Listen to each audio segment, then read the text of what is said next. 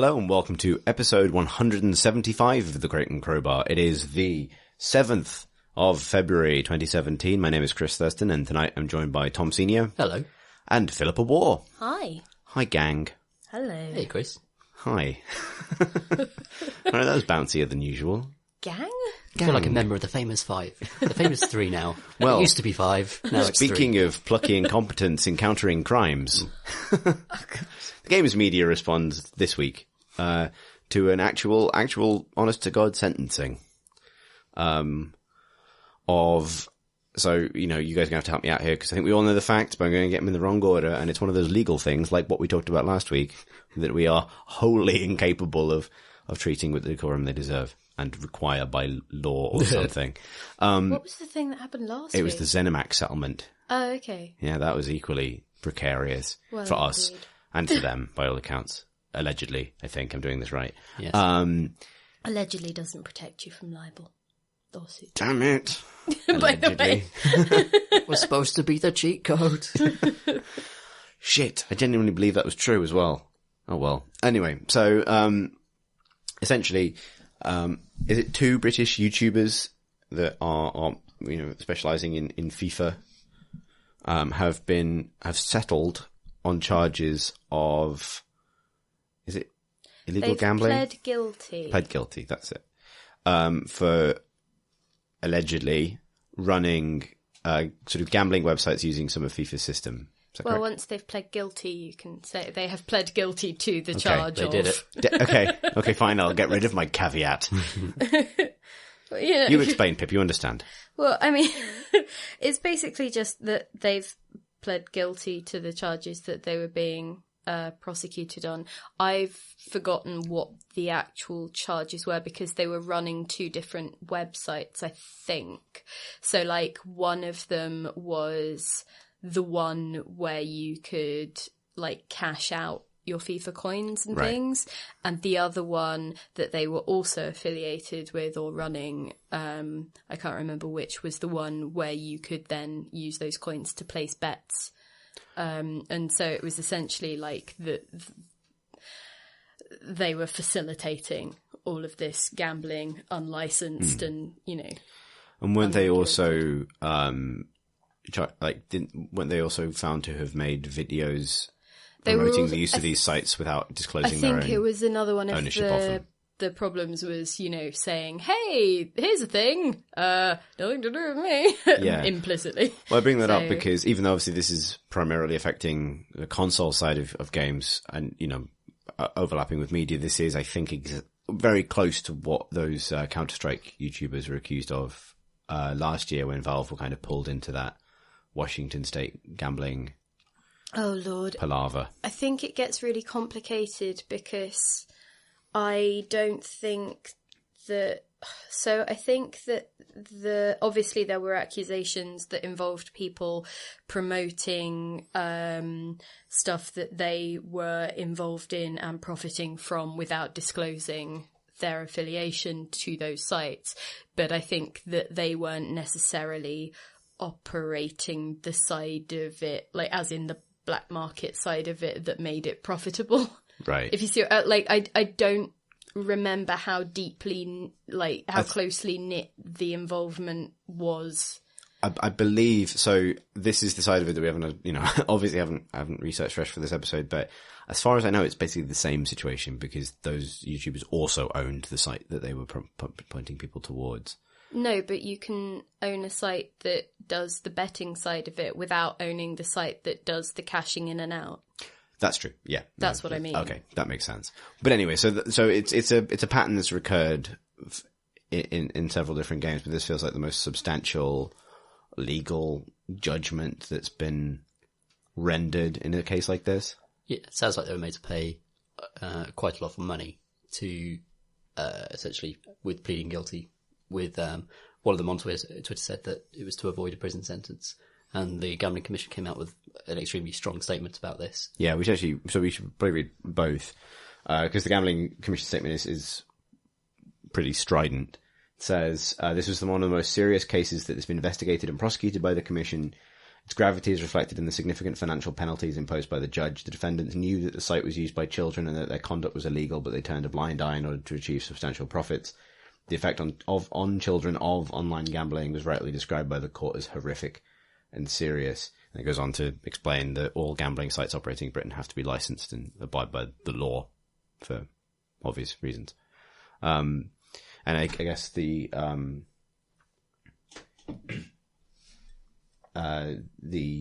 one of the YouTubers involved, whose YouTube name is Nepenthes, said, and this, I mean, take this as you will. I want to thank all those who've supported me through my journey. I'd understand any viewer's choice to no longer watch my content. I owe a huge apology and debt of gratitude to my loyal supporters. Even if this is the end of our journey together, I'm grateful. So the side of this that I think interests me just as a sort of observer of this industry is it feels like the most substantial time the wild west of YouTube has been put squarely in its place within the law. I can't think of an equivalent, at least in our industry, of the, you know, more traditional legal ideas of false advertising to children, you know, all of the different sort of parts of this being quite so clearly laid out with such quite a strong punishment for abuse. Yeah, it's interesting because being on this, we've talked about this a few times on this podcast over the years. I remember talking about this like almost 2.5 years ago. The idea of gambling via games and the fact that it was completely unregulated and that the judiciary were way behind. They just didn't understand the virtual space and it were just taking too long to move into it. And now we're actually finally seeing that happen just years later, which is interesting and necessary and welcome, to be honest. Yeah. Because it seems like people were just able to approach children and try and introduce them to gambling for profit via the means of kind of entertaining YouTube personalities. And that is the sort of thing that, you know, I think most societies would consider unacceptable. Yeah. So it's also kind of, we're starting to see the imposition of the rules and ways of operating that as people in print media and online media, like official, relatively mainstream channels, we have to abide by this every day. I know, like, we got on this podcast, we're like, oh, don't quite know about this. But actually, when we're doing stories, we fucking, you know, look into it and are really careful about it because it's really fucking important. And I welcome the day that people creating the YouTube personalities are held to those same standards because those standards protect people, especially children. Yeah, absolutely. And it's, you know, maybe it's hard to weigh in on this beyond a certain point simply because obviously, you know, we're in different sides of the business and I think I certainly had my frustrations with, you know, during grimmer and more ethics focused times for the traditional games media, it's been sometimes frustrating, to be aware of the impunity with which, people working in the new parts of media can act, even as all of that ire and misguided sort of, attention is paid to people working on traditional magazines and websites. And so there's a sort of, it's sort of nice to see this, you know, people have to realize that they actually they do have to abide by the law and they do have to exist within the same apparatus as traditional media. However, I think I'd be curious, like this story kind of, the way this came into my kind of personal feed today was via someone pointing out a lot of the responses that those sort of mea culpa tweets had gotten on Twitter, which was a sort of overwhelming, well, it looked like an outpouring of support from fans who were like, don't worry, man. Like, we know you did it for the best reasons or whatever. And that, even that statement by the YouTuber that speaks of like primarily about his journey and hits on concepts of like, you know, loyalty of fans and kind of, you know, and so on. I do find that personally frustrating. I sort of want there to be, I want there to, you know, I feel like betrayals of trust of that magnitude should be met with the departure of somebody's, support. I suspect that won't happen because I suspect YouTube as a medium is incredibly good at fostering empathy, which is probably one of the reasons it's works, right? It's also one of the reasons it's potentially open to abuse. And that still remains an unanswered question for me about how, you know, even when the law does step in, how effective is that at actually making people more circumspect about what they consume and what messages it's putting forward. I think the size of the expense incurred by the people who pled guilty, like that scale of charge would put off this as a business strategy, essentially. So that's where this really strikes, is the idea that this will be profitable unless you get found out, in which case it will, presumably, given those costs, severely damage your business. And then you might have to change your monetization to a more traditional advertising revenue approach with that audience. Yeah. So that's where the good will be done, where the money will be made through more traditional means and ways, in ways that you have to be clear about when you're taking sponsorship money for certain videos, etc., rather than guiding people to gambling sites to X, Y, Z, Yeah. Or people will get better at hiding things and move things overseas. Yeah, indeed. Yeah. So, because, part of it isn't necessarily that the law itself isn't equipped. It's that actually pinning down who is responsible and can be prosecuted is a massive problem, because, it'll depend, which developer is actually operating the game and what they've made available via, public APIs. And, they'll also have layers of, so who's running this website? Is it somebody who is, actually resident in any of the countries where these laws apply? And, how do you actually verify that particular age groups are using the site? And, and on and on and on. And it just gets so complicated that, without perhaps a global internet policy, which I just don't see happening, but on matters like that, you can't, it gets so difficult to actually pin down and prosecute these things beyond, Yeah. Yeah. Pointedly, one detail I saw in a couple of stories on this is that the Spanish version of that gambling site is still operating and is owned by the same people.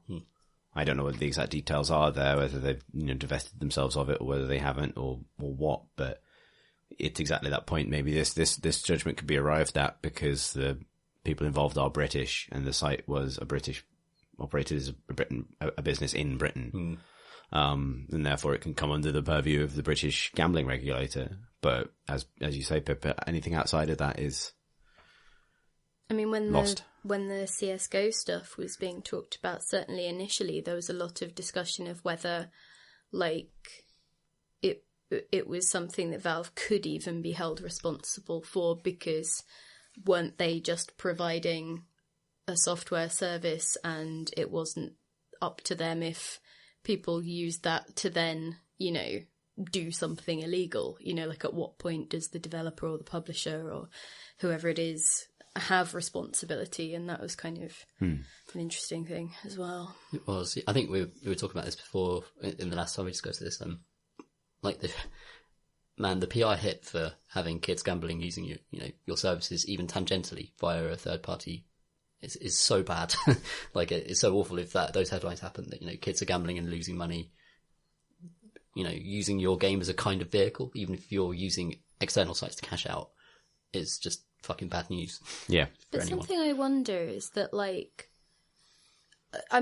because this was covered on the BBC and it's something, it's a game that is sort of maybe more clearly explainable because it has a real life counterpart and it involved, I think, real football matches as well. So you could actually sort of explain it to people perhaps a little bit more easily than you could explain, skins gambling in CSGO or something.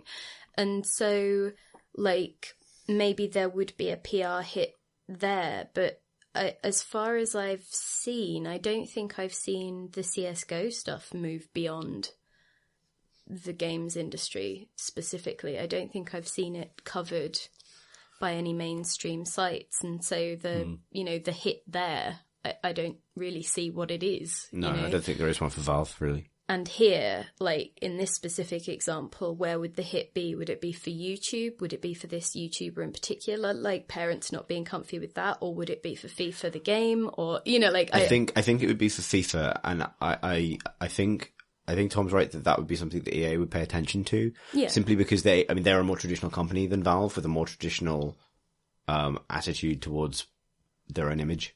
No, I know, but I mean, what I'm getting at is, as if somebody was a parent or a caregiver or something who, you know, wasn't ensconced in games press, like, I'm wondering where the frustration would actually be directed, you know, as a kind of gut response. How would you read that story? And obviously, as somebody who is very much engaged in that area, it's hard to know, but I'd be genuinely interested to just see how somebody read that story outside games. I think that because this story went to court and had a kind of conclusion, and there was some court reporting to be done where facts had been established, that made it, you know, a strong story for The Guardian and for the BBC to run. Whereas with the CSGO story, the parameters weren't necessarily the same. Like, just reporting a case mid-progress when the subject matter might not necessarily be interesting at all to a wider audience becomes less worthwhile. However, I think if you put children gambling and the name of a video game in a news story, like, even Valve would care about that news story. But that said, like, there are, you know, there is less than 5 video games whose name is so, you know, whose name and branding is so widespread that it fully transcends the medium, and FIFA is one of them. Like, Counterstrike isn't, Call of Duty is. Like, you know, like, they're the names of games that you can put on a headline and people will know roughly what you're talking about. Minecraft is probably one. Yeah, or it's one of the most recent additions to that very, very small, you know, group of the games that people who have a PlayStation for the DVD player but still get 2 games a year know about. And so I think FIFA is uniquely placed, to fit the newspapers, because obviously everyone knows what football is. Even the sort of the gambling mechanisms within FIFA, the kind of card collecting kind of stuff is itself an analogy for stuff that people recognize from real life.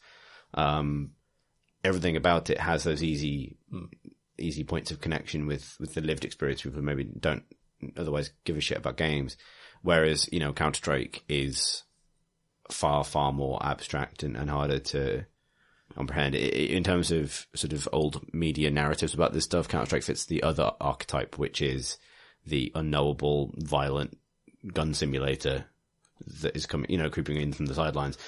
Where in terms of the sort of stories that get told about it, this whole thing is a tabloid crusade waiting to happen. It is. It fits into all the kind of traditional narratives about video games being a threat to children, somehow warping behaviour of young people, etc., etc. Like, it's just waiting for the Sun or the Mail to pick it up. It's absolutely right there for them to kind of launch a campaign, you know. And if it was, I think that campaign would follow the traditional lines, which is to target the game itself and to target games. Because actually, if you think about it, YouTube is not, and the concept of a YouTuber, that is not a widely understood concept, even though it's such a huge thing. Absolutely. Similarly, online gambling with using in-game currencies, you know, looking at one of the quotes, one of the defenses that were put forward about why you don't need to be 18 to do this stuff, this is incorrect, was that the gambling was with fake currency. And even those ideas are pretty abstract, right? The narrative that this easily clicks into is games are bad for kids, right? Not YouTube is a poorly regulated media platform. So, yeah, I suspect you're right, basically.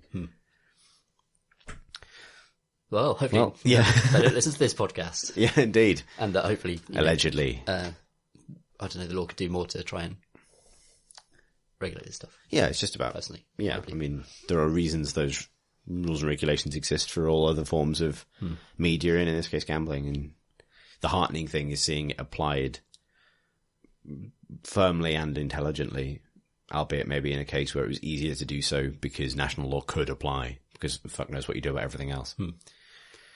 But video games, we've played them.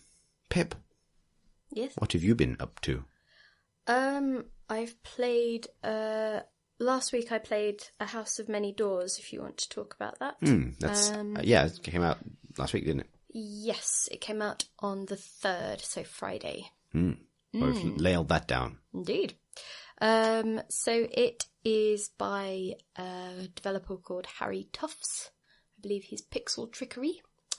And it's very much in the Sunless Sea kind of mode of gaming, in that you have a fantastical world with exploration that you do via a kind of mechanical centipede called a kinetopede, and you trample through rooms on your little scuttle legs, and you seek out new places, sort of expanding your horizons and encountering story snippets as you go, and developing sort of friendships and relationships with your crew members and things like that. So it's very much a narrative-driven game. It's, hundreds of thousands of words, and it very closely takes on the structures of Sunless Sea. It is very much those loops of going out, finding new places, coming back. There's a lot of, voyaging using your kinetopede, and, sort of choosing whether to take on or run away from enemies, and, having small environmental encounters, but, the main meat of it is in these ports, for want of a better word. The actual map is set up kind of like a grid, so every room you go in, you can go north, south, east or west. And so, the idea is that you're in a house, and the house is this, parasite dimension that sucks things through from other worlds, and that's why you've got random crap on the floor and, all of this That's been stuff. my excuse for a long time. And, people have been sucked through from other dimensions and things like that. So it's kind of an interesting starting point. But even though I was really loving the storytelling and the mood, and the artwork is lovely every time you encounter a city, it's properly stunning and so atmospheric, but I've eventually tapped out of it because I encountered too many bugs, and just one the other day was just so frustrating that I was like, I think I'm done now. So what I'd been doing was I'd actually been really enjoying the exploration side of things, but I played the main bulk of it a few days before it launched, as in I played it for about 5 days, on and off. But it was still, a couple of days before the launch when I had played most of that. And then it was doing things like I would get errors that crashed out of the game, and I encountered something that fucked up a quest line. So one of the things that you can do is go to these other places and bring the news of that place back and write an article that you can sell to different levels of newspaper. And there's one that's a tabloid that pays a lot of money but it's really trashy, and there's a broadsheet that pays nothing but is really well regarded. What kind of thing do you write for the tabloid? I don't think you get an example of those stories. I think it's more that it's obviously a thing that you make a choice as a player which you want to be affiliated with. And after I went the middle one. So the Independent? I guess. Although maybe the Independent from about 10 years ago. But so I went that route, and I think, so at some point you've written enough for them that they like you enough that they want to actually employ you. And so they start sending you... This mad fantasy world. They start wanting to send you on particular assignments. And so it assigned me, a report of a particular place. And I went there and it just won't let me do anything. There's nothing further in that quest. And so it's permanently lit up that city saying, go here, there's something to do for this report that I need to write. But when I get there, there's no option to actually do anything about that. And then when I go back to my home city, it's the option to hand in that report is grayed out. But I can now hand in an infinite number of reports about anything else, because I think it has just properly bugged out on the newspaper thing. And so if there is a payoff to whichever one you choose, I'm never going to find it, because it's just a permanently, nothing quest at this point. But at this stage, you can sell the same article over and over again to a paper, which is basically what works for The Guardian. Whenever they run I went into the wilderness, an abandoned technology story that appears like clockwork every 3 months. You're in that position. I think you've actually hit upon a spectacular piece of performance art game design about Maybe being a journalist. Yeah, like, so what were you saying is that you had a story you really wanted to do, and somehow everyone involved has forgotten that you ever wanted to do it, and the apparatus with which to perform it seemed impossible, so you might as well just do the same thing over and over and over It's forever. called having a column. Oh, shit. You've become a columnist. You've won the game. That's it. That's the end game. There were little things like that were kind of annoying. And then I encountered one too many fatal crashes one evening, which is when I was like, okay, like I've definitely played more than enough to actually review the game, but at this point I'm frustrated and won't be playing it further in my own time. And then a few days later I was like, I would still really like to see how some of these things play out, because they've genuinely been like well written and really engaging and atmospheric and stuff. And there's like one of my crewmates seems to be involved in a conspiracy that we're both trying to unravel, and another one had something happen to her where I now need to go in and change the memories in her own head in particular locations. And Nice. so, there were things that I wanted to do. But then apparently, because the game itself, people had been having like bugs to do with their save files, and it sounded like they were quite serious bugs, like things just not saving or, whatever else. And so the developer had obviously had to do a thing that fixed that. But what he had to do wiped all of the data on my map screen. And so whatever it was, 15 to 20 hours of going out in my kinetipede and painstakingly like going across rows and then down one and then back across the row to just, see particular locations or find, what there was in a particular bit of the map had just all been eradicated. And given I'd spent the afternoon before that happened doing an entire section and feeling really kind of, okay, well, I've seen everything there that I need for later. And was like, okay, and now I can go and do some other things. And it was like, okay, you've got nothing, literally nothing to show for your afternoon. So I, at that point, thought, we're done now. Is the game so done? Is it in early access or is it actually out? No, it's out now, and I feel like maybe it should have had an early access phase. There was a launch day patch, wasn't there? I believe so, and the map thing happened on Saturday, I think. Okay. So that would have been very soon after launch. So I think I'm alone with the amount of time I would have spent on the game, at that point. Yeah. So I think for most people, it would have only been, a little annoyance. So I think the bigger thing is more just sort of how close it is to Sunless Sea in its format and in its general mood. There's a lot of sort of little differences and things, but ultimately it has a sort of same strangeness and menace and joy of language that,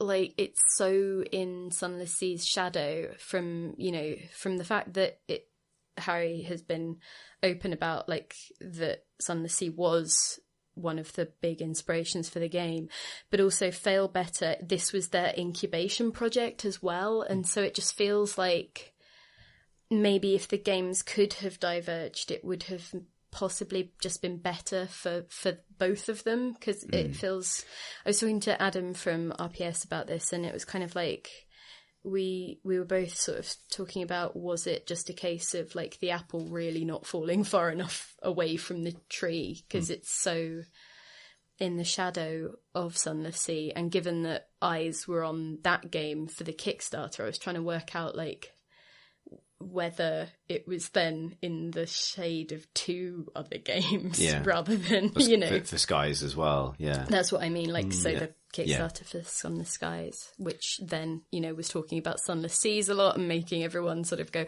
oh, that game exists, because to promote that, they put a bit of the Kickstarted content into Sunless Sea for, everyone to play, and so it's kind of it's not even... oh, if you are craving more of the same, go play this other thing. It's kind of if you are having your eyeballs on this game, we've added a couple of extra things to our other one. So I guess it just felt slightly too tangled up in it. And I don't think, because of all the, the little bugs and things that I encountered, like, my instinct would still be to direct people to Sunless Sea first, because it's got a higher degree of polish, and the maps, it's because you're exploring a map with lovely kind of curves and a sort of the capability of following like a coastline or striking out into the sea and being surprised by an island. It's a very different feeling than going from room to room and slipping into that mind space of, I'll go one along and then two up, and then, you get really kind of, there's less chance of running into something by accident, and you're forever bringing up the map to just go, okay, is there anything on the horizon? Is it, I got the impression, but I just realised I'm not actually sure that it is in the same sort of, I don't want to say steampunk, because it's not really, but sort of Victoriana fantasy thing. Less Victoriana, I would say.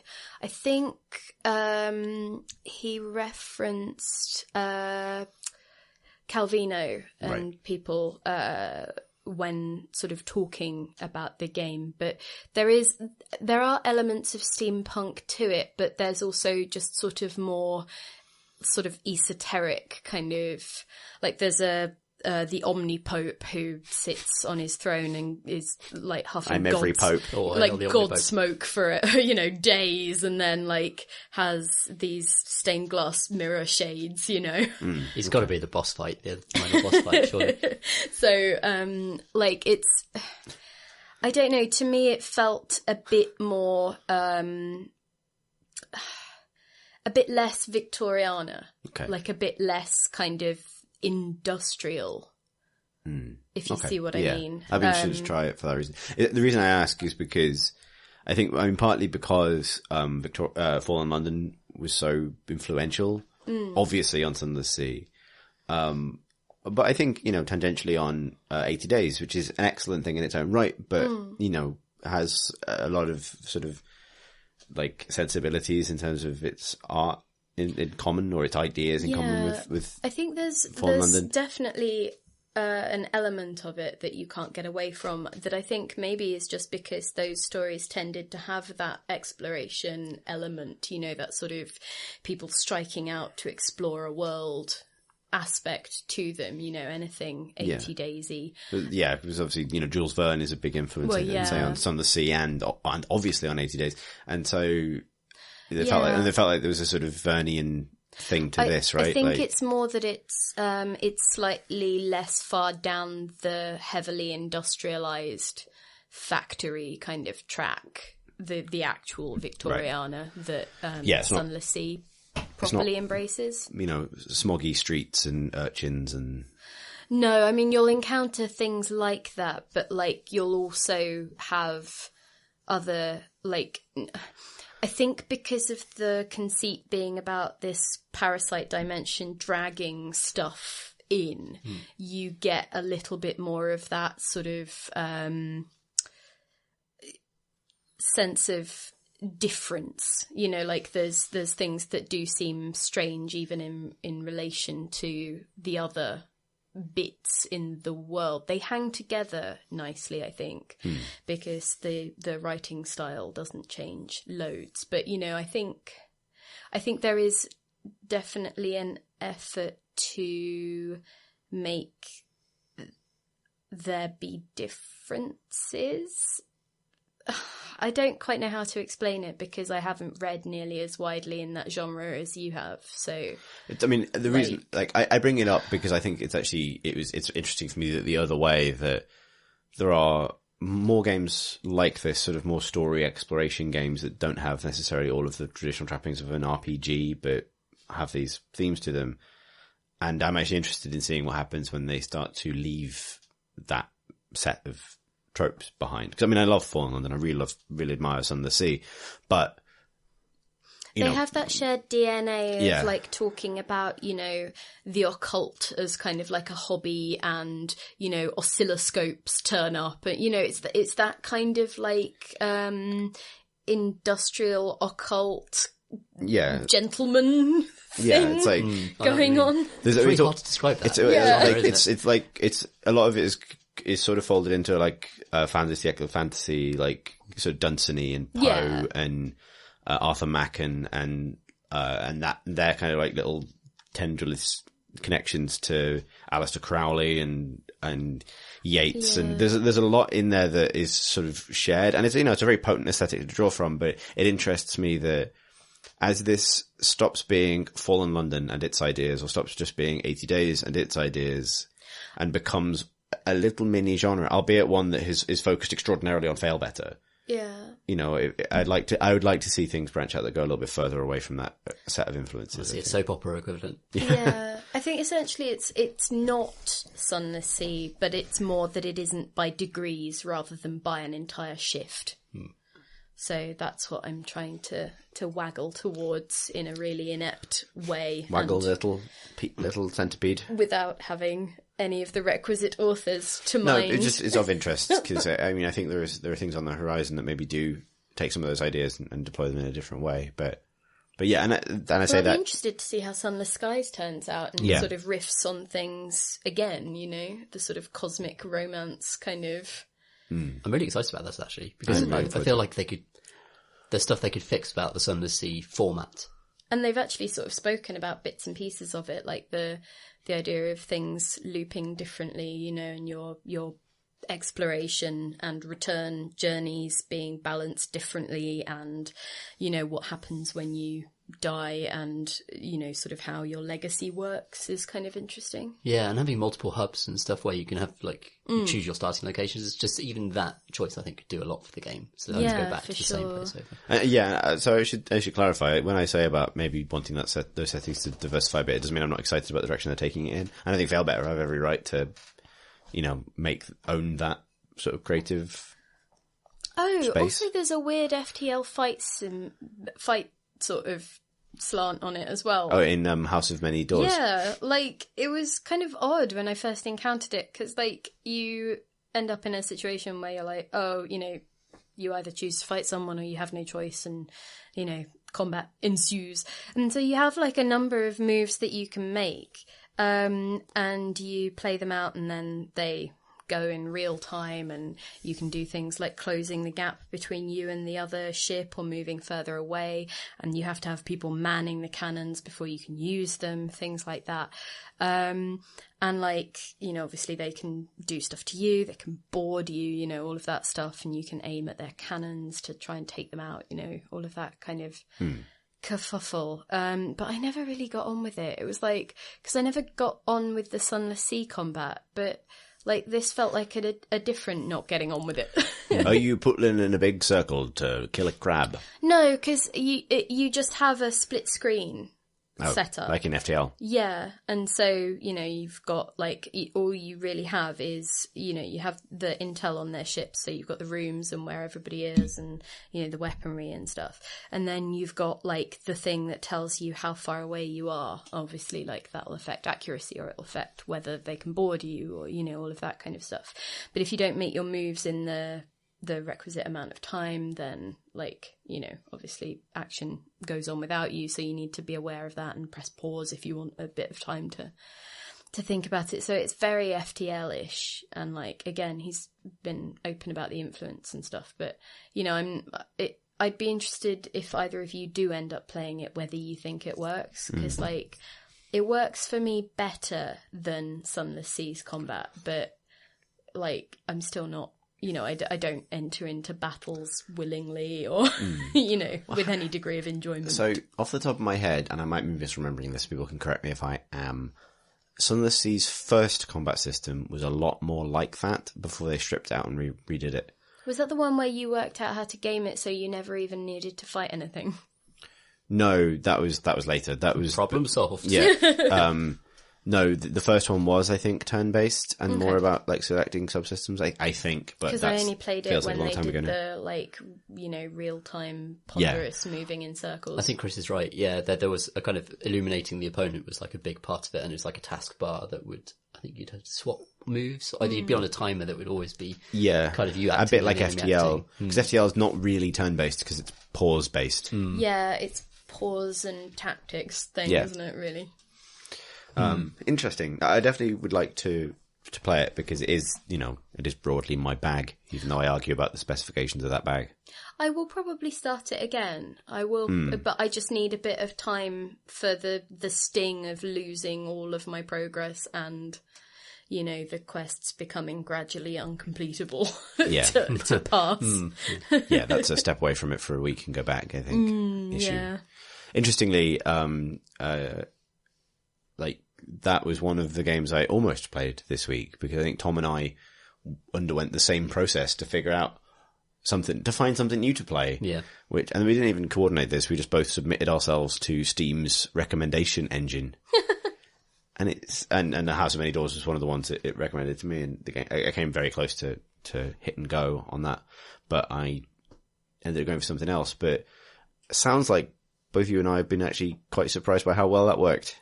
Definitely. I was Have delighted. both of you been playing the same thing then? No, but I went through my queue basically, and there were things there were things I know I'll like in there, like For Honor, but okay. But then I picked a game out. But I'll talk about that in a minute. What did you pick out of your list? Well, I had to wade through like a load of like really crap zombie games for some reason. I got a lot of JRPGs. That's interesting. Really? Yeah, mine was mostly games with like anime fairy ladies on them.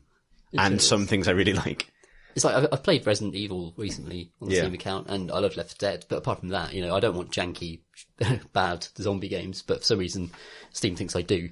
Isn't that just 90% of what's on Steam at any given time, though? Maybe it's just like, look, we're just playing the odds now. This is what we've got. This is, it's like the chicken sandwiches and old salmon bin at Sainsbury's. Yeah. Yeah, because, you've got 9 out of 10 recommendations. 90% of games are zombie games, so... Exactly. It felt like back when I was at university and I'd used to rummage around a random bargain bin and pick out a PS2 game and just play it. And it was always dreadful, but entertaining with it.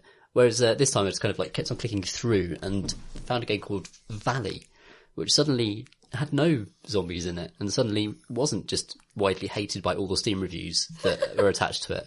And in fact, people had quite positive reviews and it looked quite pretty. And it's like a first person kind of exploration game where you have control over the forces of life and death.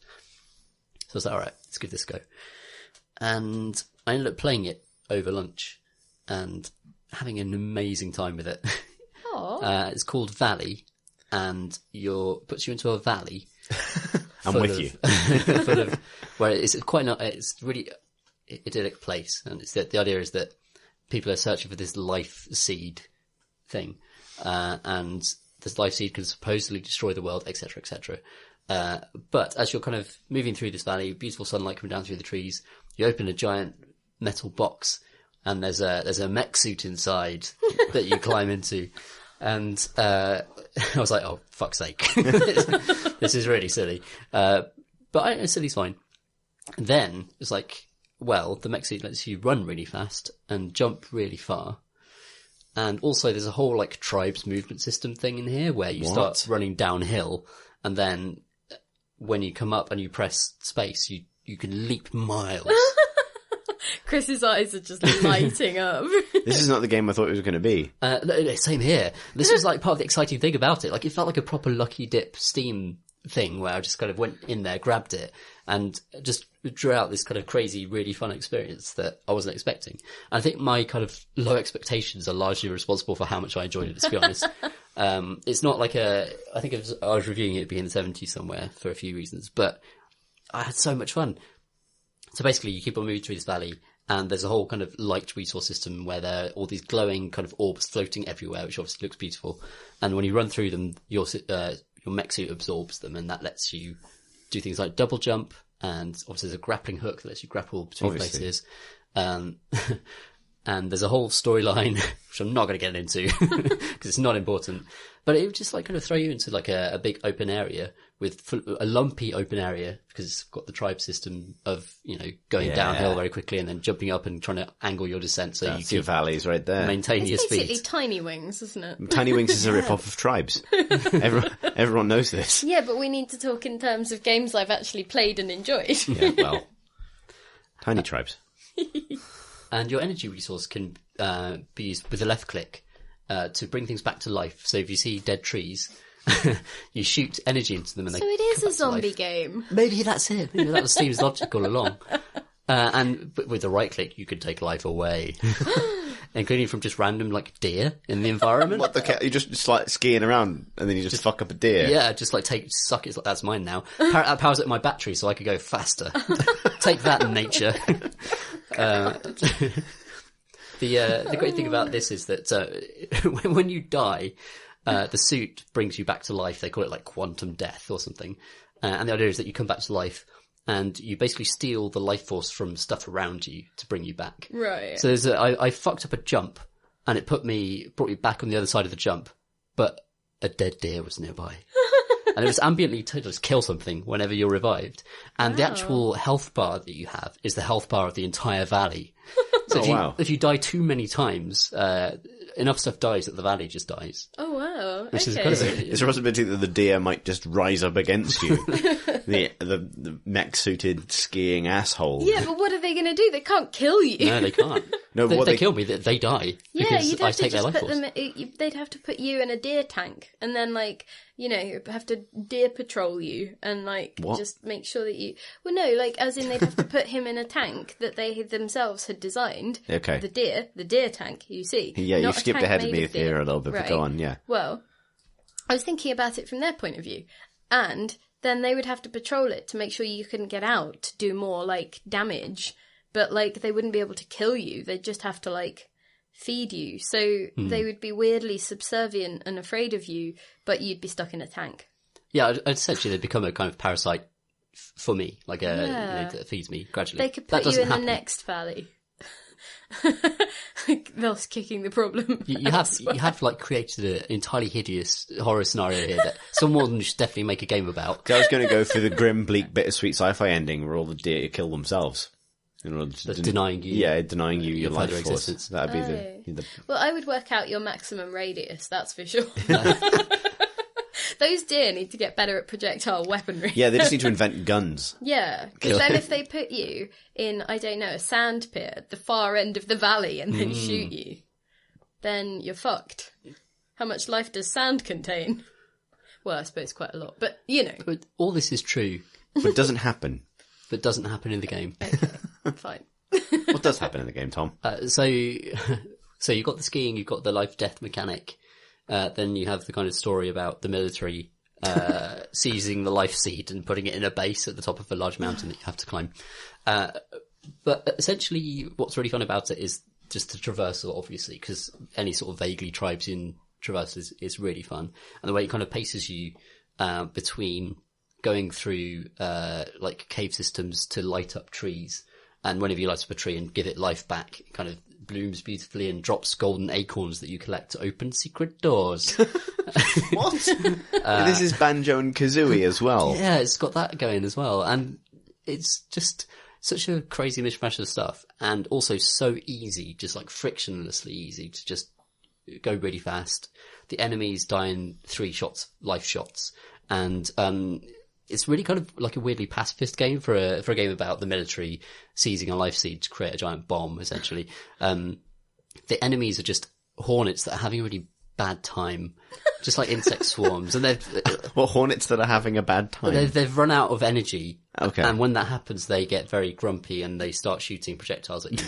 But if you zap them with life 3 times, they turn into an infinite light ball that you can use to fuel your fuel cells by jumping through it. It's just, I don't know. You cheer up and eat depressed hornets. You do, and it makes you jump faster and higher. Did you invent this? No, it really happened to me this You had lunchtime. a I had fever a great dream at time. lunchtime. Did you have too much cheese? I was Because honest to God, I walked past, I sit next to you, right? You were playing a game where you're in a cave. That's what I thought. There are cave bits, but I was bringing trees back to life in that cave, Chris. Okay. And zapping hornets to make them happy again. So is this very much like a lunchtime length game, or is it something that you will be going back to? I'm definitely going for to fucking joy? complete this, Pip. Like tomorrow lunchtime, I'm going back to this thing because I think I'm about halfway through it after lunchtime. It's not long. But it's like, I think it's half price and it's like £7.50 at the moment. Okay. And I wouldn't necessarily spend £15 on it, but it's definitely something to look out for in a Steam sale, I think, as just for a jolly, basically. And it made me really happy that there is this bracket of games on Steam that are just like an easygoing jolly. Yeah. Where you could dip in, and honestly, it doesn't matter about the plot. There's no great pretension to this thing. It's just made its interactions, like the sense of speed you get from zooming down hills, and the feeling you get when you move through an orb, and it makes this really warm sound effect, and the screen kind of glows for a moment. All those little moments are just really pleasant, quite nice. And there's a bit in the middle of, I was in the middle of this depressing facility that looks like it could have been made in a game like 15 years ago. And then suddenly I open a box and it says, oh, you've gained the even faster power. And now when you surf down rails, the rails light up with blue electricity and you go like 5 times as fast. And it says you've done like a roller coaster. That happens for like to Sonic the Hedgehog. I felt like Sonic for that bit. It just goes to Sonic mode. It's just so much fun. So is this an indie game, right? Yeah, it must be. I mean, Like, I feel like this is what happens if you get a group of people together and they're going to make a game together and someone's like, you know what? I admire Journey and Flower, right? That is where I want to be. I want to make the nature and Abzu, the kind of nature conscious, linear, natural, open world exploration adventure. And someone else is like, I like Tribes. it's got to be Tribes. We're okay. We're all in on this. We're all in. We all like Journey. We all like Flower. Tribes. What about Tribes? Can we have a mech in it? Can it be all Tribes? sections be Tribe sections? Yeah, which is actually a pretty accurate sneak preview of what it'd be like if I was ever a game developer. But yeah, no, amazing. You completely threw me when you said there was a robot in it, and then everything else. I know, you threw me as well. Like, it's 'cause it starts really gently. Like, you're moving through, feels like a bit like, a kind of everybody's gone to the rapture. I thought, oh, this is going to be like a meditative thing where you're just kind of looking at sprites, and the sprites are these little gorgeous kind of smiley creatures who buzz around really excitedly. And when you get the kind of life-stealing gun, you can steal the life from one, and it becomes like purple, crackly, and its happy face goes sad. Game of the year? Game of the year, goatee, right there. Attention to detail. I just love that you have that connection to nature, but you also have a gun. A gun that takes nature away. Exactly, like Giveth and taketh. The soul taker gun. So left click giveth, right click taketh away, motherfucker. That's not, it'd be like if you were playing Proteus, but you had like a fucking dubstep air horn in your left hand, so you could be like listening to the kind of, oh, look at the twinkly tree and this precision, I don't know whether to recommend this game. But I've talked about it enough to hopefully make some people add it to their wish list. I am literally looking this up as soon as we're on this podcast. Yeah, same. So, Chris, what was your adventure in the Steam? So my adventure was so different because I did almost get House of Many Doors because that was recommended to me. And then there's quite a lot of stuff that's kind of like obvious for me, like For Honor. But yeah, so the thing I discovered was Pipped People, which is the new game. Entered early access like 2 weeks ago, I think, by the Behemoth. Yeah. And I love the Behemoth. Battle Block Theatre. Yeah, Battle Block Theatre yeah. and the Castle Crashers people. And it goes without saying, like, I love them. Like, I don't mean that in a kind of like, I like their games. No, I think I might love them. Their whole style is so much fun. I love their art. Like, the games are genuinely funny. I actually shamefully can't remember the name of the guy who does the voice acting, the voice over narration for them. But he's, like, wonderful. And it should be a shtick that gets old, but for some reason it hasn't. Or I keep rediscovering their games at a decent enough clip that it doesn't get old, and it's so nice to have them back. I completely missed the fact that they were making a new game. And so I've played an hour of it. And so Pipped People is I'd say, I mean, a good way to describe it, it's also a terrible way to describe it, is like, it's Fire Emblem for idiots, basically. I hope they wouldn't be offended to describe that way. It essentially a great evil flaming bear has collided with the Earth and caused the Earth's surface to fracture into hexes and caused the kind of worldwide apocalypse, and occasionally the bear's blood rains down in storms that cover the earth, and stupid things happen, and it's increasing. It's quite hard to describe its humor and the timing of its jokes and why it's funny and why it works, because it is a little bit like trying to explain a joke or explain a weird dream you've had. Because Castle Crashers was sort of like a derivative of Gauntlet and kind of fun and silly and had humor in it, but mostly came through the art style and little jokes and things. And then Battle Block Theatre was actually funny and had really amazing songs, and it was a great platform game. And this is a strategy game where you have a squad of people, some of whom are named characters and some of whom are anyone from the randomly generated warbands that you encounter that you can steal. There's a mechanic for stealing them and adding to your group, and they have amazing randomly generated names. And there is a sort of vague rock, paper, scissors system for interaction between weapons. But all you do is tell people where to stand. You don't control attacks. So in your turn, within the movement allowance of each of your dudes, send them to a hex that isn't occupied. And then there is then your team does its automated attacks. And so you're sort of manipulating their AI, so positioning them so they only attack the person that you want them to attack, but also taking into account things like weakness to specific weaponry. If someone has a shield, they'll absorb a lot of arrows that come in from that angle, and it's quite analog in terms of how that happens. So it feels very sort of, even though it's made out of sort of 2D art, it feels quite physical and analog and slapstick and fun, as a very lightweight strategy game. Because then the enemy's turn, they just move all their dudes around, and then you reshuffle all of your dudes. And at a strategic level, to the extent that it's got some depth, I think it's about ensuring that your most vulnerable characters are protected and that you close off ways that they could potentially be flanked and hit, while rearranging your front line in a way that accounts for each new position of the enemies, and taking into account, different enemy types and also the landscape. And that is the game. And you can make a bunch of different games with that system, and they've made this mad thing. And so it is a complete free for all in terms of ideas, in a way that they are very good at. But if you weren't very good at it, it would be fucking terrible, because it is wacky, to say the least. But the delivery, particularly the voice acting, is so good, and its ideas are so consistently inventive that it's like opening this sort of like exploding box of toys. It's consistently delightful. Like you have a city that you return to, which is where you drop off loot. I think if you die while you're in the wilderness running around on like the over map, that's when you lose stuff. But if you get back to the city, it kind of deposits all of the loot you've gained when you've been out on an adventure.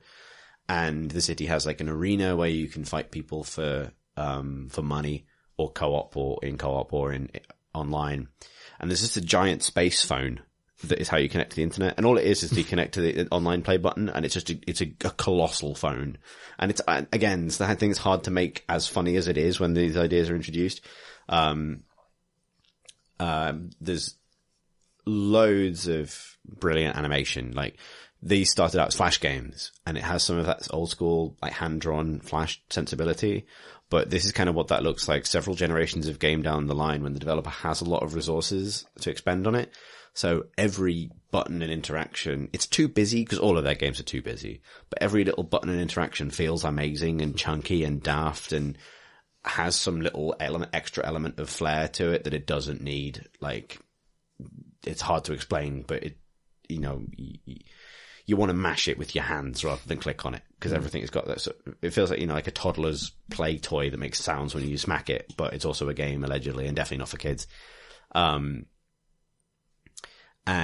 the like music, a cardboard like control panel that you get to like properly whack. Yeah, and the humor is all over the place, but very entertaining. And the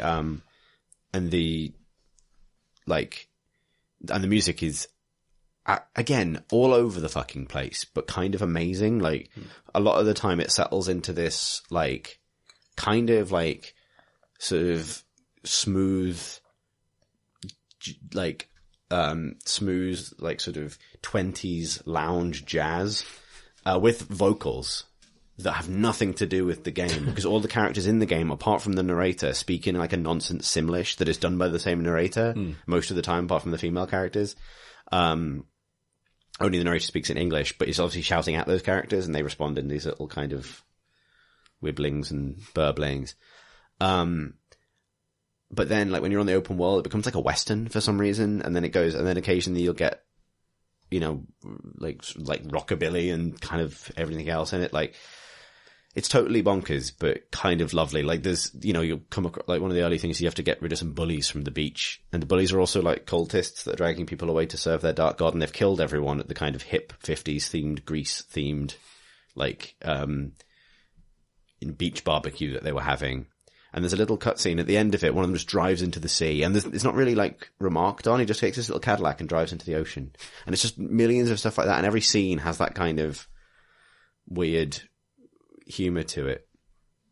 So its early access thing it's very polished, but by the chance it's not finished. So I think you do hit the end of the story at some point, and like only an hour in, and I'm probably still have the sort of the glow of discovering that they have made a game, and I didn't realize they'd made a game. So, you know, that first hour was just the sort of delight of how good they are at that thing they do now.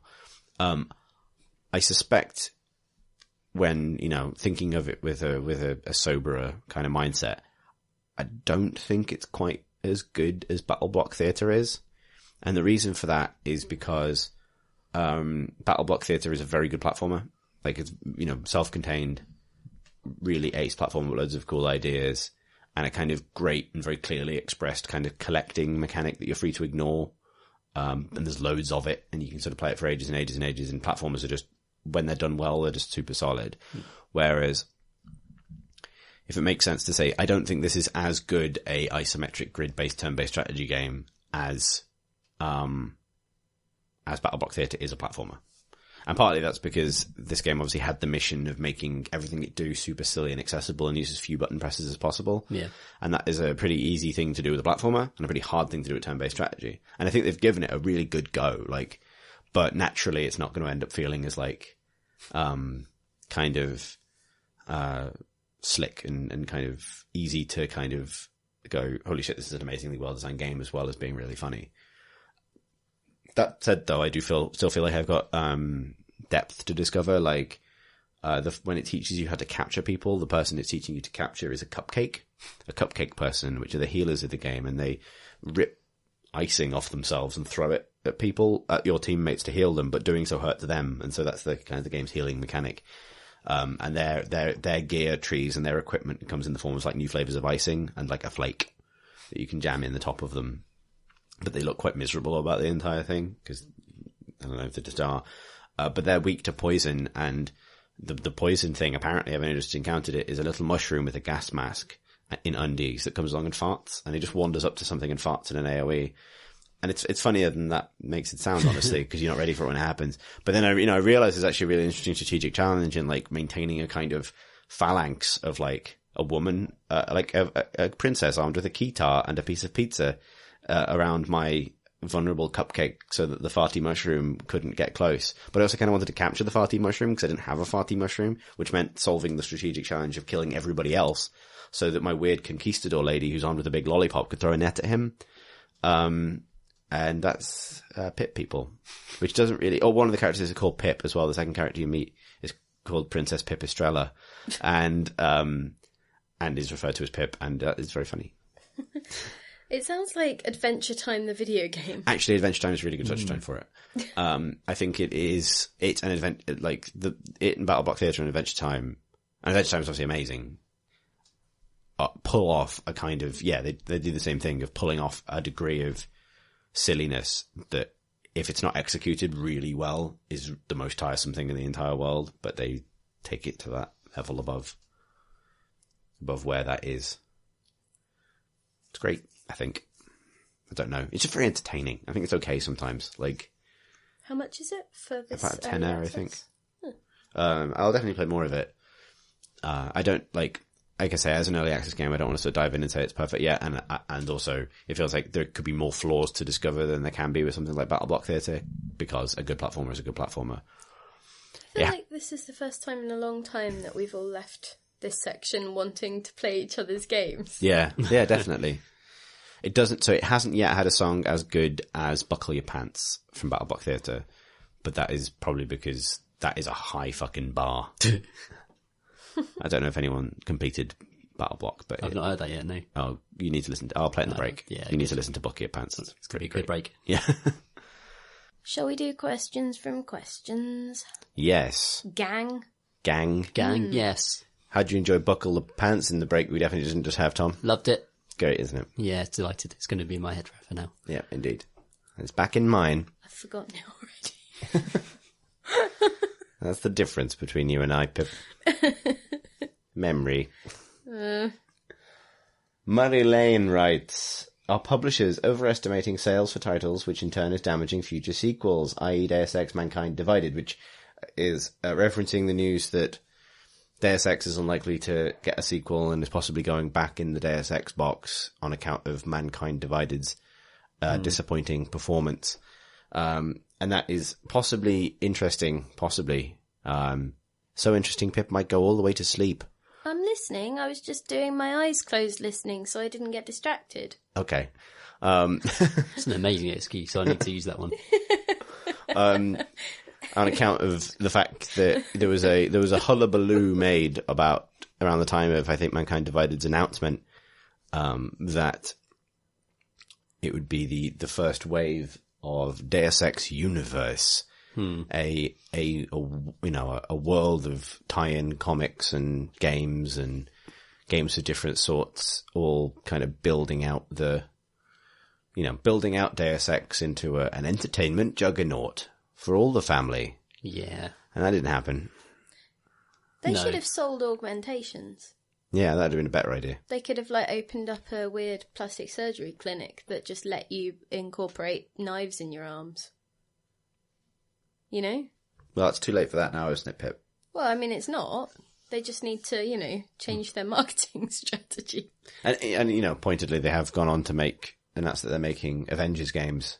So they've, I guess if you can't make your own vastly successful unstoppable franchise, make someone else's. I think you've got to be like someone like Blizzard or Activision, or Activision, in fact. So that's to have I think you've got to be someone like Robson or Jerome.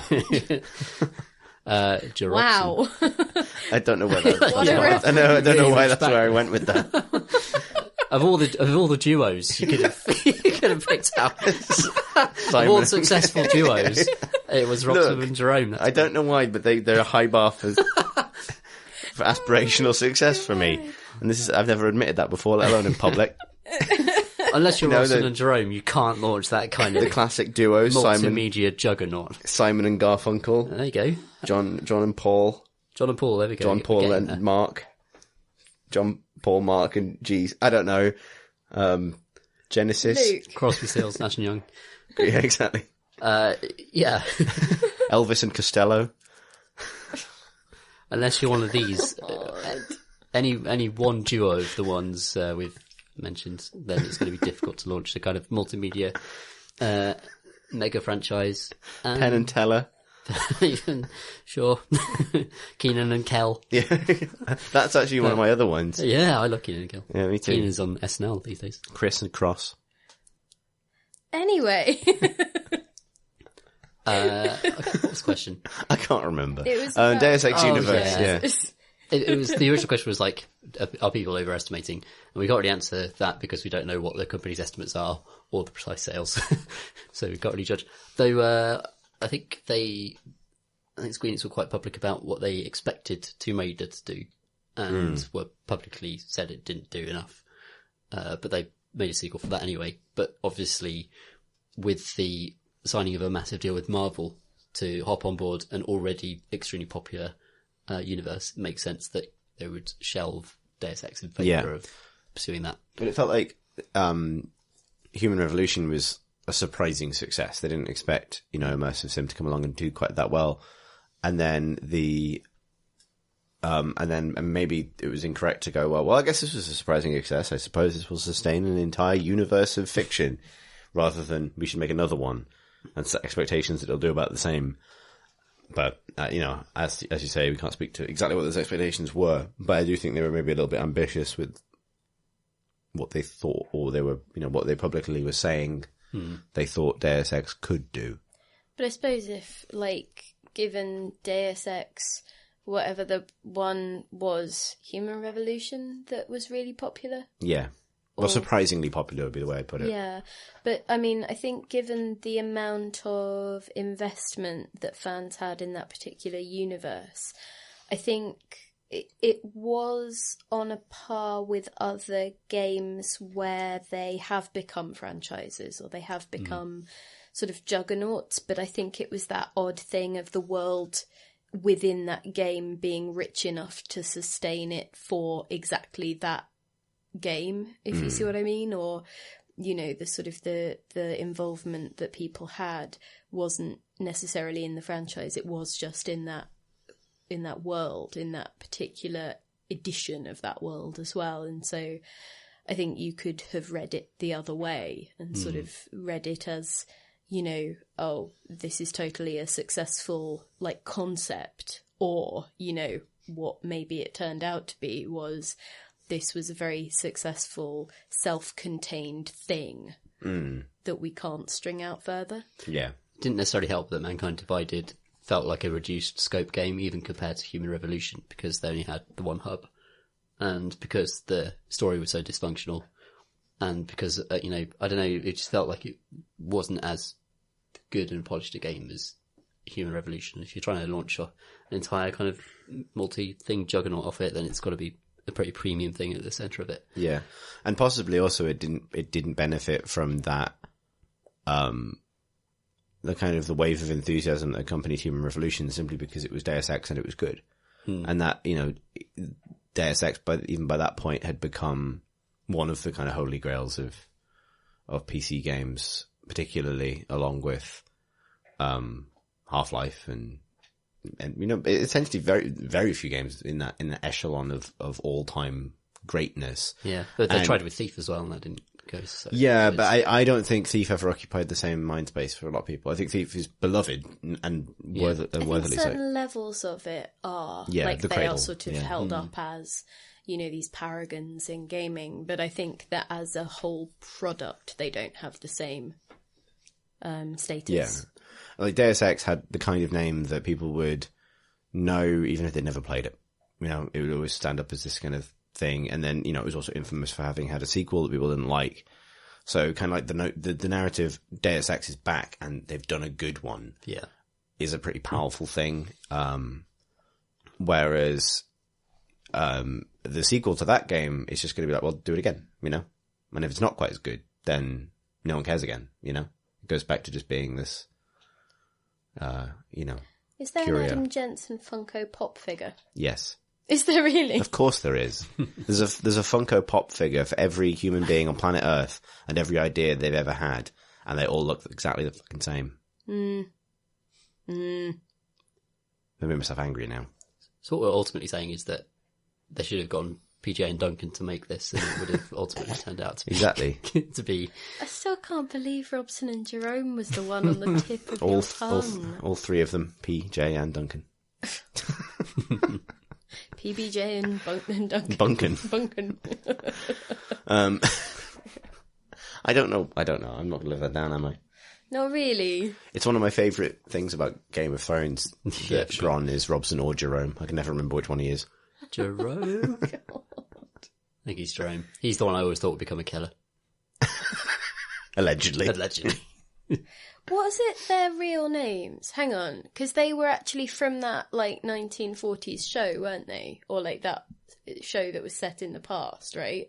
And then they had real names as actors, and then they released singles together as Robson and Jerome, but I can't remember whether that was their real names or that was their actor names, because PJ and Duncan obviously were actually Ant and Dec.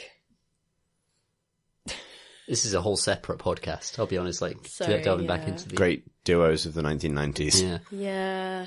I think their names might just be Rob and Jerome. It's all Robbo and Jezza. Green and... Hang on. Yeah. Anyway, it doesn't matter. Let's do another question. Let's do a different question. That's not that question, because we don't have the answer to that question. Analog hands. Right.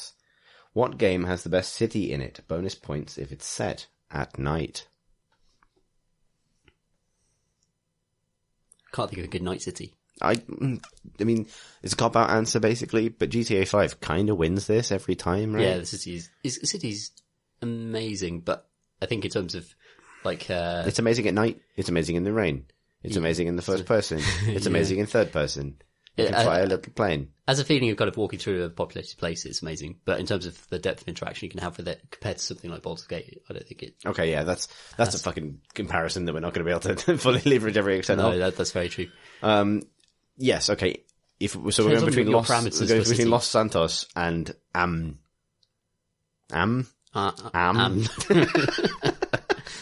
Why did they call a city that? There's a game that I'm trying to think of now. You know, I think therefore I'm in Oh, God.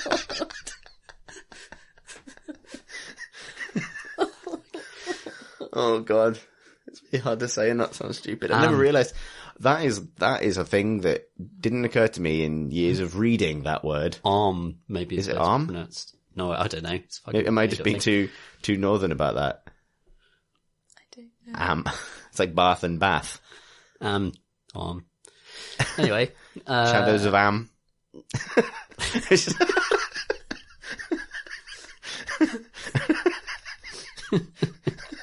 Am and pickle sandwich. I don't know why. I don't think we're going to get any questions answered in this session. Probably not. I don't know why that's so funny. I don't know why I never said that out loud before. Or tried to. They must say it in a cutscene. I've just not picked up on how you pronounce it. I don't know. I guess most of those games were just text, weren't they? Yeah. Which they got away with a lot, apparently. Exactly. You can call the game Baldur's Gate 2 Shadows of Am. Baldy Gate, Shadows of Am.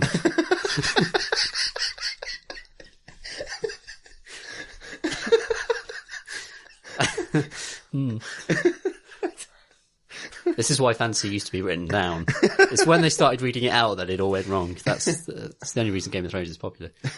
You can read that shit out loud. Because like, yeah, Bale's fine. You know. Was it Baal? Is it Baal? Fuck. Balls. Is Baldur's Bale? Bales. Oh, it's supposed to be Bale, isn't it? Yeah. Bale's back, yeah. Yeah. Throne of Bale. Any ideas? Shadow of Am. We're just treading water here. Yeah, exactly.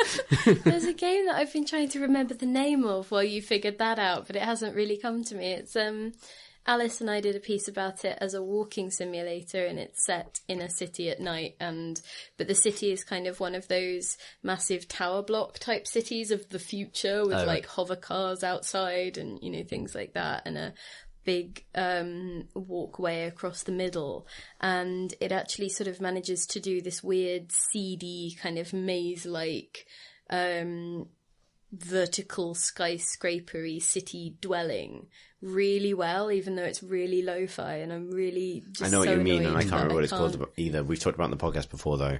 And like, I think Graham might have spoken about it once. gloriously waggly hands and things in your view as first person. So I think that is really good, and also just for like driving at night, my fondest memory is GT3, like Gran Turismo 3, but I'm not sure if we're allowed to mention that, given it's a filthy console game. That's fine. But some of the cities in that rainy nighttime tracks was amazing. Nice. So beautiful. I mean, there is, maybe trying to go back to this without being a minefield again, there is an argument to be made for the great old RPG cities, like Baldur's Gate. Yeah, I think they, given the format and people's expectations, they're allowed to be a lot more evocative than a modern city normally can be, because the amount of resources required to create a believable city environment these days is just incredible compared to what was available then. Having lots of stories buried away in a big place is the key thing there, I think. Just going into a big city in the Baldur's Gate game and then going into a basement and finding a secret door that led to a secret fighting pit. I mean, that kind of, it felt like any building could hide that sort of secret in those games. Yeah. Whereas these days, not so much. Like GTA, it's an extraordinary piece of kind of observational, realist recreation in terms of, you know, translating a real place into a virtual environment. And it is astonishing. But it's no Am. But it ain't Am. It just ain't Am. It ain't Am.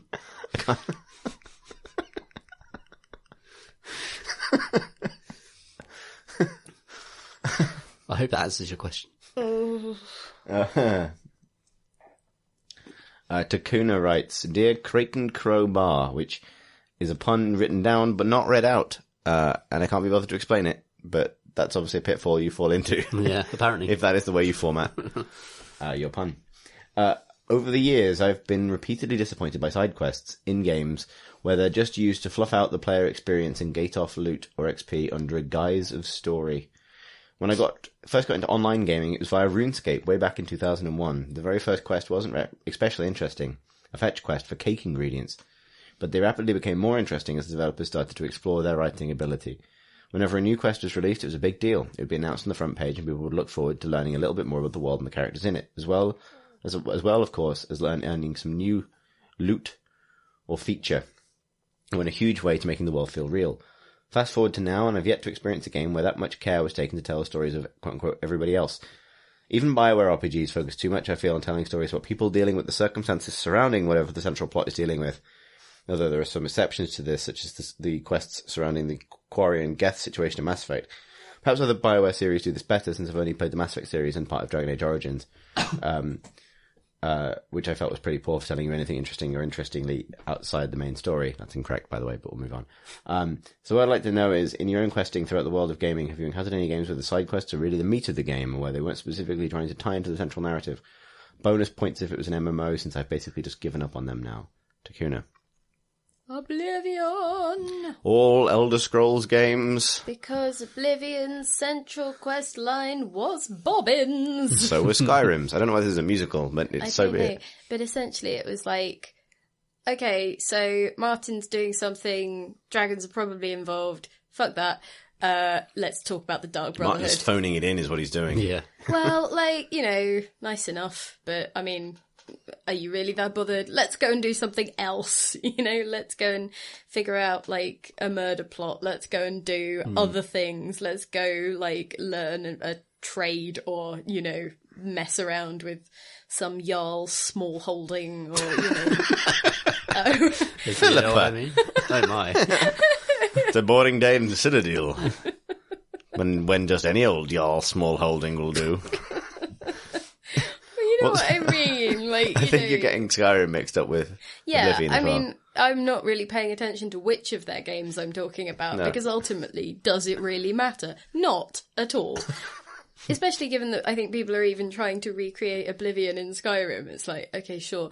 But the point of those games in general was never the main quest. The main quest was always blah blah dragon bobbins chosen one something something, and the rest of it was you'd get these really neat pieces of writing, or you'd be able to flesh out your own story. I became the head wizard, and this amazing stealthy sneaky thief and murderer for money. It was I just had a nice time trampling around and giving the Daedric princes a good scene too. That's really not how I wanted that sentence to go either. So you've been frequenting those Skyrim mod communities. But you know what I mean? It was always it was never the main quest that fleshed out the world or the characters, It's always been my experience with Elder Scrolls games, is that going off the beaten track and sort of forging your own life is the way to do it. Yeah, at some point someone will be like, are you planning on dealing with these dragons or this thing? And you'd be like, tired. I don't really want to. I was off to the Shivering Isles. Yeah. Just, things. Dark Elf gave me a fetch quest. I want to find more Nern root. Yeah. I need to kill me a mud crab. Oh yeah, The Witcher 3 is a great example of this, where when you get into a side quest in The Witcher 3, it could be anything from a grumpy dwarf has his, forge burnt down, and there's a little murder mystery, one murder mystery. You can't murder a forge. You can't murder a forge, unless someone's in it at the time. Arson mystery, yes. Up to an entire just curse that needs to be unbound, intergenerational curse that needs to be sorted out. Probably dig up some bones, probably kill a ghost or something, but it has nothing to do with the main quest. Is the main point. It's just every little side quest you do sort of fleshes out the texture of the world as this kind of place. Just You're doing the most amazing gesture right now. Yeah. You're stroking an imaginary cat. I thought you were playing a really curvy keyboard solo. yeah, just a kind of wiggly finger. Just I don't know how. Just the kind of thing. Everywhere is steeped in just magic and time, and just all the stories evolve like generations of people. Like it's about, this has been a problem for 100 years, or this has been a curse that's passed down from father to son, or this has afflicted our entire civilization for the last 30 years. Like it always feels like there is this huge kind of everything's affected by myth in that world. Everything is affected by magic and darkness, and every side quest is you're unbind a little bit of that, even though it's nothing to do with the main quest itself. Very beautiful way they structure those quests. That sounds good. Lovely. Mm-hmm. You'd also get it with things like 80 days to an extent, like 'cause the meat of it Yeah, that's is basically in all the side little, quest, right? Yeah, Definitely, yeah, in it's the quite little cool. things. Like you've obviously got the overarching point of the journey, and you can decide to do it in a certain amount of time, or that you want to try and do it as quickly as possible. But otherwise, it's just like you can faff, or you can go in circles, or you can pick to be a particular kind of valet to Fog, and you can you just it is entirely built from the meat of those side quests almost. Yeah, absolutely. Yeah. Yeah. Good answers. Back on track. Yep, back on track. Nice.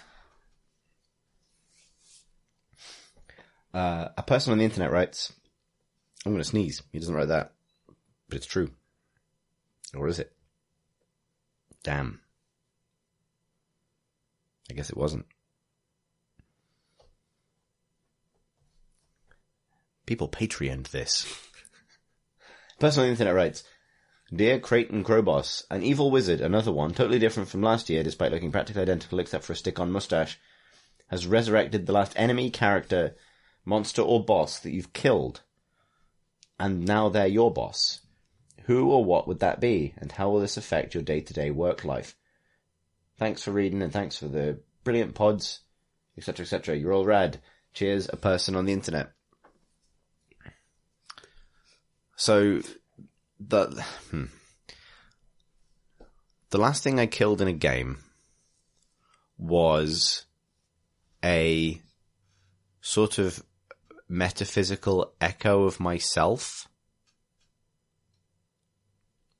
Tough boss. And I need... yeah. But in many ways, isn't that all of our real boss? That's freelance for you. Yeah. What game is this? I can't say. Oh. The last thing I killed, but the last thing I killed in a Not embargoed. in a non-embargoed game was that farty little mushroom fella from Pipped People.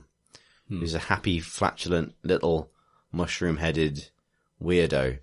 But you've worked with Marsh before. That's so exactly what I was going to say. I was building up to it, but you landed it. I don't need... Oh. Apologies, Marsh. I love you, obviously. Yeah, we all ever miss him. But nice. High five. Yeah. Nice. God.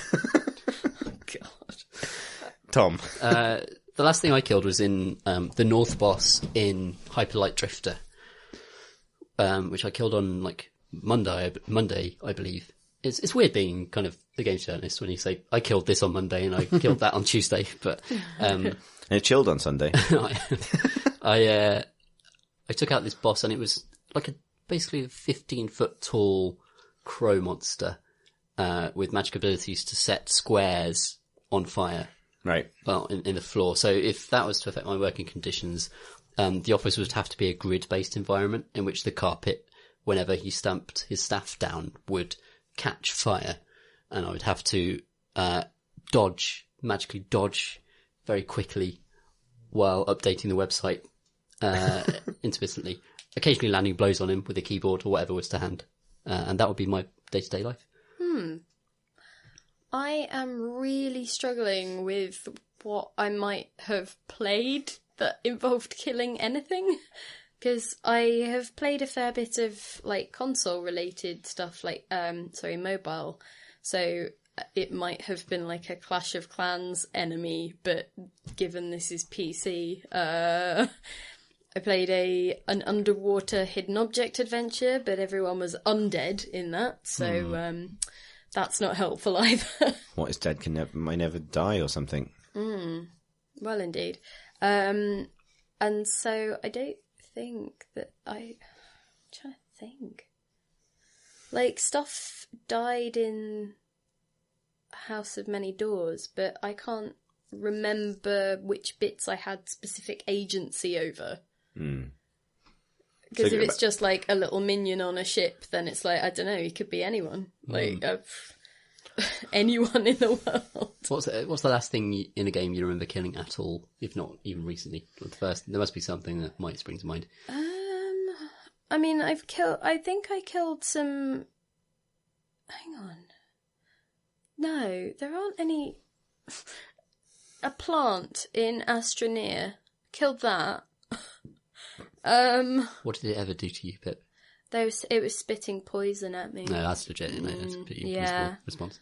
I think maybe I'll go with the skeleton from Clash of Clans. Then we could just hang out. It would just lie there and let you do whatever the hell you wanted. It's the best boss ever. The skeleton. Tom Senior. Oh no, that sounded horribly wrong. I mean, it wouldn't check your work or look at what you've been doing. The skeletons in Clash of Clans come as a big group as well. That's not professional. Like, so you'd have a really busy office. I'm saying the oversight a skeleton could deliver in a professional working environment would be extremely limited on account of having no eyes and terrible posture. This question section. I don't know what's happened. I don't. Well, we should not do beer in podcasts. Maybe that's what's gone wrong. A couple of weeks of wine in a row have completely taken our edge off or put it back on. I can't really tell what. We can't do ale anymore. Apparently not. That's enough of that question. Yeah. I killed a fish in Subnautica. Oh shit. But then, because then if that was my boss, then they wouldn't be able to send me emails. So that would be alright. I'd just be like, what are you going to do about it? It would forget everything you've done 2 seconds later and keep asking you for work. Yeah, exactly. It would be, oh no, because that would be worse. That would just be like, you'd never get to the end of a meeting. Yeah. You'd be like, any other business? Any other business? Yeah, no. I know that feeling. I've been in meetings many. Yeah. Quite similar. Dan writes, Dear Cat and Bugbear, while listening to a previous episode of your fine pod, I was shocked to discover that Chris hates co-op. We're all entitled to our own opinions, of course. Personally, I think co-op is great. Co-op gaming is the reason my brother and I are still close friends even now in our mid-30s. Can I just say, though, it's not entirely that you hate co-op, it's also that I hate co-op with you. Yes, that's a fair counterpart to that point. Over the years, we've tried many a co-op shooter, but it feels less and less like we're enjoying ourselves. Our favourite co-op experience as students in our 20s involved loading up Sharky Peninsula and Battlefield 2, throwing in some bots and fighting our way to the helicopter. Then we'd fly around raining hot death from the skies until some asshole hit us with an RPG. I know Battlefield 2 is not necessarily a co-op game. We turned it into one, because back in the day, you could host your own server over a LAN and mod it with bots. I wish more shooter games today still allowed for that kind of thing. The game is a set of tools to encourage playing it your own way rather than a pre-packaged experience. I know we can't roll back the clock to those heady days of dedicated servers and Mountain Dew, but are there any games you can think of that welcome this more open-ended approach to playing together? If you could fix co-op in modern shooter games, what would you do? Thanks for the great pod, Dan. I would say that kind of co-op, the sort of titting about making your own rules in an open world co-op, I do like. However, the kind of co-op I don't like, and I don't blame anyone for not enjoying, with me, is like, let's play through a campaign together, or particularly anything that involves reading. Oh god. So, Borderlands, Divinity Original Sin. Diablo 3. Diablo 3 is fine, but the Diablo requires both players to want to play it the same way. Yes. Like Tom and I could play co-op Diablo, that'd be fine. You don't know that. We have We played through the entire campaign twice. Oh, for Yeah. fuck's sake. Why don't you just marry Tom? That's not, like... Well... No. It's not a precondition for marriage, is No, it? it isn't. Like, It's ability like- to sift through because loot. honestly... I think it's on the Equitably. list. You know, Like, you know. if my checklist for, you know, respective partners ended at someone I can play through all the way through, Pardon? what? Someone I can play all the way through Diablo with, Okay. then I, you know, the old nerd flat would have ended up as very happy matrimony. Exactly. But unfortunately, life goes Apparently there are other further than factors. that. Yeah, apparently there are other factors. I said it was one of a few things, but you just seemed so smug about it. It's like, it's hardly my failing that you won't, like, let anybody do anything in a way that you don't enjoy. That's, Blimey. wow. I really wanted to sometimes just head left. It was always What like, if left there's wasn't nothing optimally there. efficient? Look, I get it. I'm... You don't. You didn't. I wasn't ever allowed to go left. We have a question later about grudges, eternal Oh. grudges. Fine. Well, wait. You know, I've genuinely considered, this is a thing for another podcast, but taking one of those old Warhammer models, which is just like the Dwarf King on his grudge throne, and making that your character for all future games. Because you never forget. You know that would be on the list as well. Yeah, the I know. time you did that. The recursive grudge throne is an issue that, you know, we'll all have to deal with. Anyway, on to the question at hand.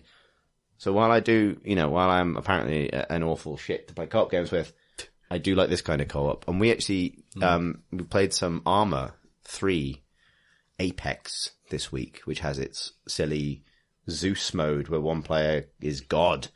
And we've done this for an upcoming magazine feature, so I guess we shouldn't spoil too much about what happened or what we did. Didn't you do that before as well? We did, Wasn't but this Andy is God? he was again this time, but different take on it, different set of things. I enjoyed it more, I think, but I think if you liked playing Battlefield that way back in the day, the Armour games are a one area where that has definitely survived that mindset. Yeah. We had so much fun. And because Armour has kind of loosened up, particularly with its DLC editions, you can drop like go-karts and jet bikes into that world and Jet skis. Jet skis, of course. And the world is just kind of, it's designed as to be a very gritty, complicated and authentic military shooter. So all of the kind of core interactions with it are really quite solid and enjoyable. And it's a very fun place to race go-karts around in, knowing that it has this kind of militaristic heritage. Yeah. Particularly knowing that you're kind of subverting it by dicking it around. becomes funnier that you're having a roly-poly competition while it's serious war. Yeah, well, you're all dressed in like probably accurately modelled combat fatigues. Yeah. With night vision goggles and all of that And stuff. occasionally barking your grid position. 'Cause it Yeah, does that randomly. Yeah. But we had an amazing time in that, and that seems to have retained the spirit of a kind of private server mentality, where you just password it and then everyone jumps in, let someone be Zeus, and just have a good time. Yeah, and you can create AI, you can create your own little missions, you can Yeah. play it seriously if you want, you can create your own little challenges and that kind of thing. Very cool game. Yeah, very cool game. And I think fulfills all the criteria of that question. Although I do agree that it would be nice to have just open play modes in games that have become increasingly services. Ian writes, Dear Large Block and Smaller Block, I recently read A Boy Made of Blocks, a novel by games journalist Keith Stewart. It is an excellent read that has Minecraft at its core, but it's not about the game per se, rather a dad's relationship with his autistic son. Their bonding through the game is central to the narrative, but it'd be wrong to call it a games book. My question is, what's your favourite work of fiction that riffs on gaming, or even an actual game, but it's not explicitly about our hobby? Thanks for reading, everybody. Ian.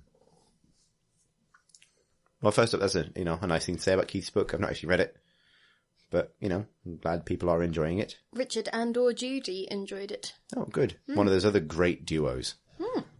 Did he? What was that? That was a very strange. I was doubt the microphone. that was a copy of Windows 7 Sorry. rubbing up against the top of the drawer you were opening with your foot. Sorry, I'll try and be a bit less mobile. I think if you enjoy video games, it's not a game book, but it's called The Player of Games by Ian M. Banks. That's a very good book. A science fiction novel about society that basically where the hierarchy is decided based on people's ability to play a kind of the ultimate game about Dota. Which could be Dota or... Actually, it's weird. I love that book, but really, again, there's obviously, it tries to use the mechanism of a board game to try and explain what it's doing with like lots of different types of strategy and different parts of a crazy board. But reading it and thinking Dota changes the way you see that completely because it actually kind of fits. Like it feels like there wasn't a game complicated enough at the time the book was written. But you could feel Ian Banks kind of reaching for it. Yeah. It's this idea of this system that could contain within it the intricacies of human behaviour and politics, but also the resource game of like the politics meta, and the social control meta and stuff that, it's the ultimate, it's the game of life basically, just on a board. Yeah, Dota. Dota, Wizards. Well, was obviously the missing component. Okay, but I was on the opposite end of the spectrum from that. I think my favourite book that's explicitly about video games I've ever read was a game I loved as a child, which is Only You Can Save Mankind by Terry Pratchett, which is obviously a children's book for children, but because I've never read Ready Player One or anything like that, but it sounds very similar. Which is just about a kid who discovers that his favorite video game is actually,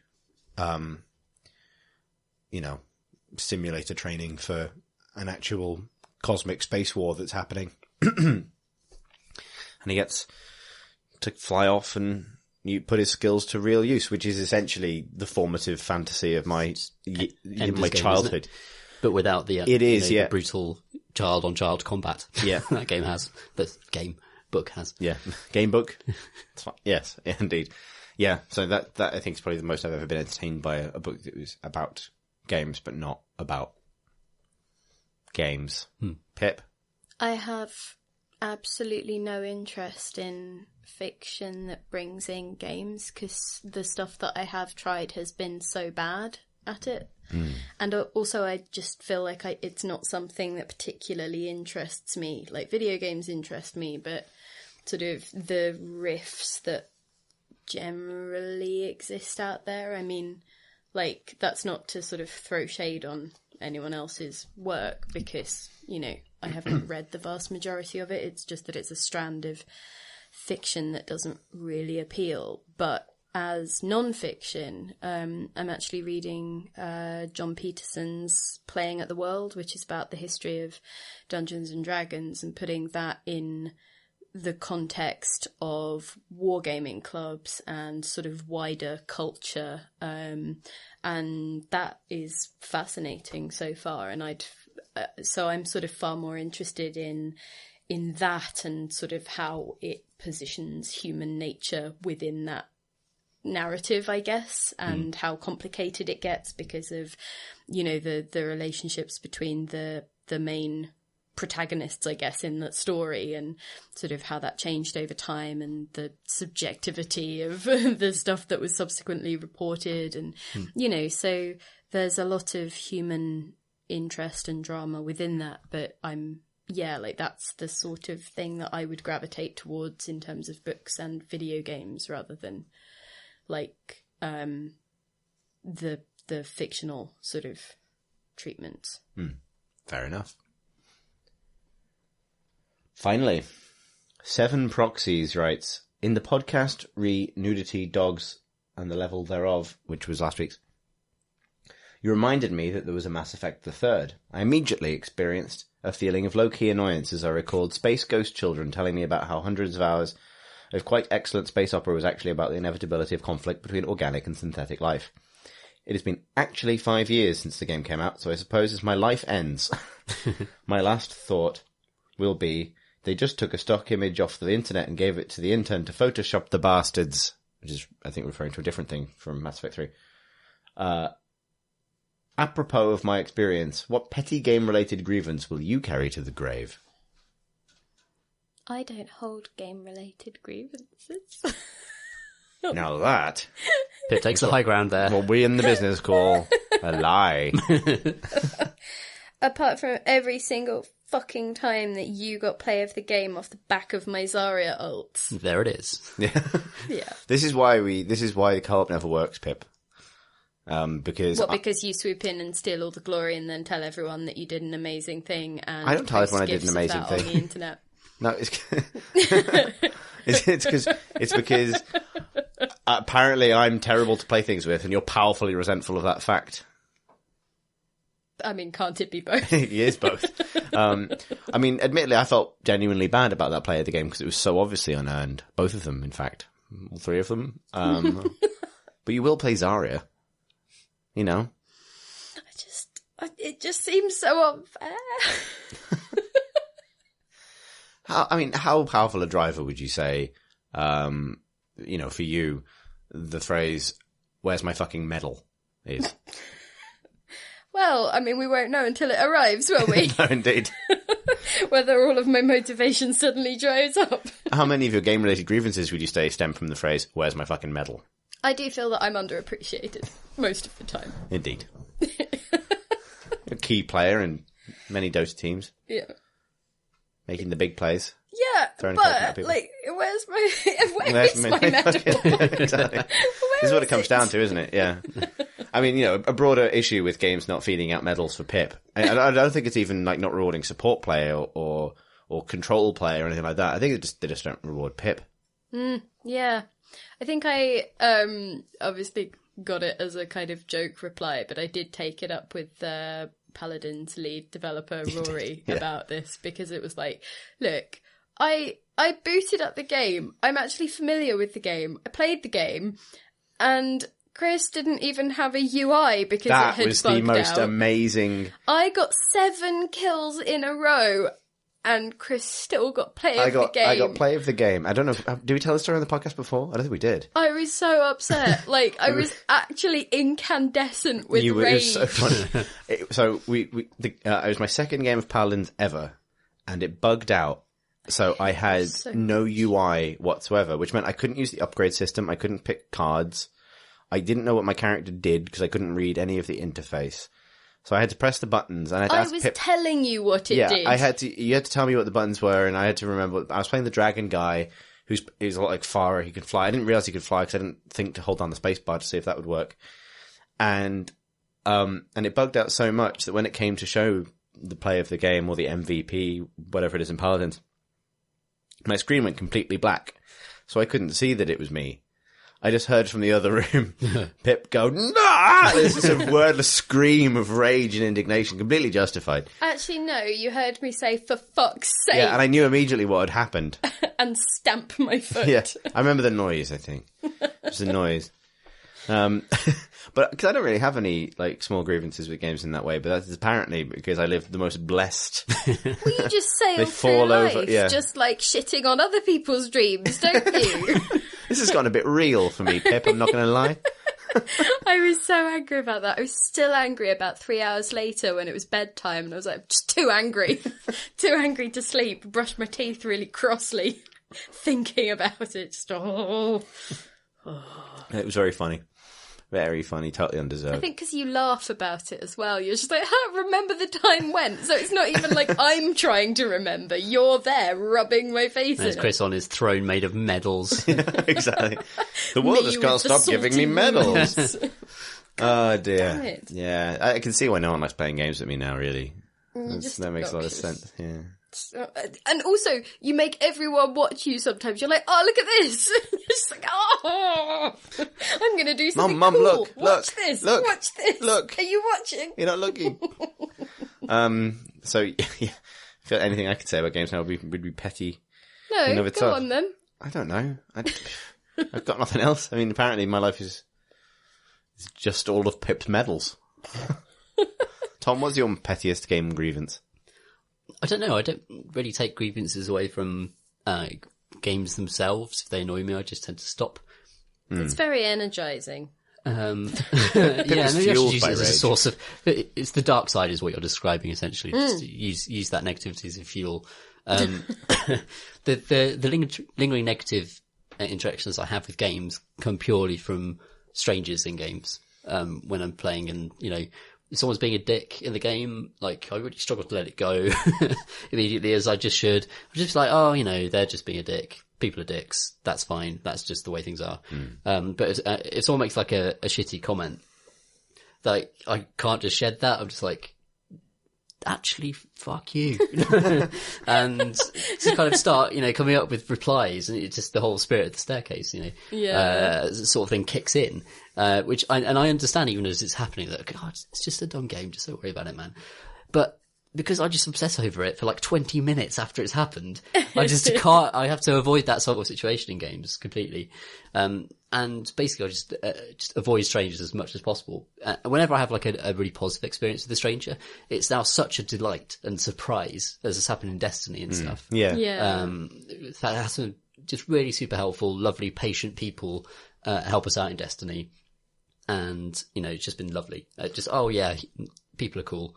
But then if you go to certain communities, you just have a totally shitty experience. That just stays with me for like 45 minutes after I've closed the game down. And I know that's kind of partly me just not having the ability to just let it go. But at the same time, those grievances ruin those games completely for me. And there's nothing, that's fine. Just don't play those games anymore. I remember when I was super early in like my playing of League of Legends, like I'd only just started. I had a legit like level 1 account kind of thing. And I just didn't know any better about like who should be taking what buffs or whatever in the jungle camps. It was like I thought I was helping when people were going over to kill things, and I didn't realize that like taking the last shot on a thing was a big deal, and all of that stuff. But it turned out that like the 4 people I think that I was being teamed up with were all on like Smurf accounts, and they were really mad at me that me, a legit level 1 player, didn't know what I was doing. And they were just like reported for like not knowing what you're doing, and I was just like, well, I mean, yes, like surely. But yeah, like, and apparently they have better systems now that like are quite good at like sensing, by how people are playing and whatever they're doing, that it's probably a Smurf and matching them against other Smurfs. But yeah, like that was an experience that has clearly stuck with me, like that feeling of, why are you being such dicks? I'm a noob. Yeah.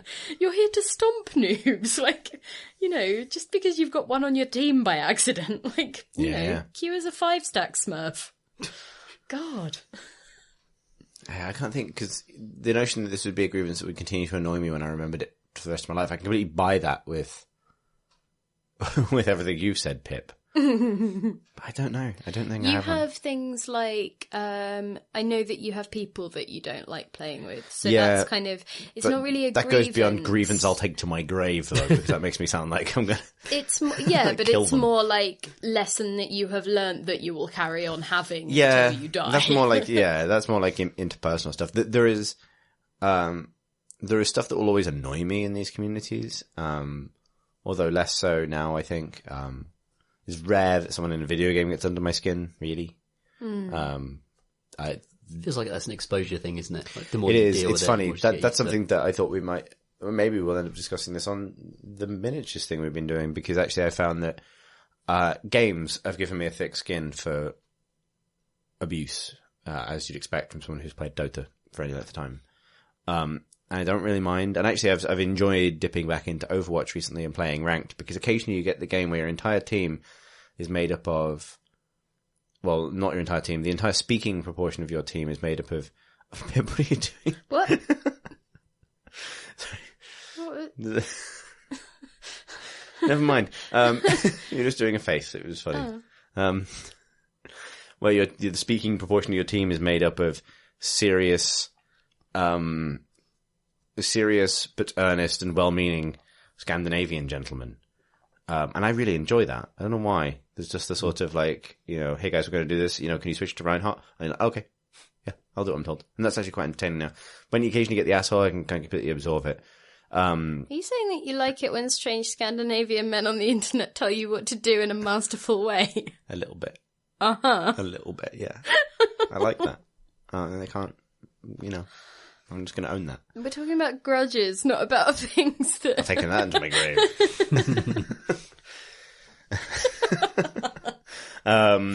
But that's what I mean, is that I don't tend to then acquire those kind of like real disappointments or grievances or whatever now in video games, because sort of feel ready for it. However, I've definitely started getting to the point where someone having a bad attitude or behaving badly in a real life games situation, like the miniature stuff that I do now, that can actually ruin my mood. And I wouldn't say go as far as to say that is again something that I'll take to my grave, because I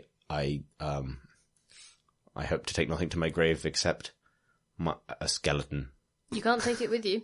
Sadness, Exactly. but hurrah for Chris's. Exactly. But yeah, like, given how much that can irritate me in real life, and nothing in video games can even come close to that now. So I just don't really foster those kinds of grievances. And to return to the kind of grievances of the question asker, I'm so fucking forgiving of writing teams on video games, to a fault, I suspect, that even though I would say that the dodgy Photoshop bit of Mass Effect 3 is actually bullshit and I wouldn't defend them on that, I was one of the earliest people to defend Mass Effect 3's ending. So apparently I'm just not the type of person to keep thinking back on a series and go, oh, why did you do that? I had an ex who used to get really, like, angry about the AI in an online backgammon game. He sounds Like, great. Sorry. It was just, no, that wasn't to be a dick to him. It was just one of those things that, he ended up taking really personally, because I think that it was, like, a game that when it went well, it was really, like cathartic and stuff, but because obviously it's based on dice and, you know, all of that kind of kerfuffle, and that the AI, I think, with particular difficulties would be kind of unfair, and so I think there was a certain amount of just, this is bullshit! And then because it happened over a sustained period of time, I think it sort of ended up building the AI into a kind of nemesis and a force that was sort of actively trying to make his life worse. Like AlphaGo. But you know what I mean? Like, I think that you can just sort of, these things over Personified time, it. they take on their own little sort of dickish quirks. Like, you know, how that programming error or whatever it was that made Gandhi this, like, belligerent Nuclear dickhead force. In Civ. in Civ, you know, like, you end up with systems that start manifesting as things that you can theoretically personify and thus hold a grudge against. It's kind of the only reason Interesting. narrative games work at all, is that ability to create a system that appears to have some sort of Agency personality or- impetus. Indeed. That you can talk to. And Resent until your grave. exactly. My Fitbit, I resent that. Okay, we're not getting onto all grudges, Pip, because that is a big brook. It's a big book. What's the other one? The other thing that I don't like? No. Oh, okay, fine. As I say, different podcast. Because that is all of the grudges we have time for. Okay, fine. If you'd like to send us a grudge or a question for future Send podcasts. us your grudges.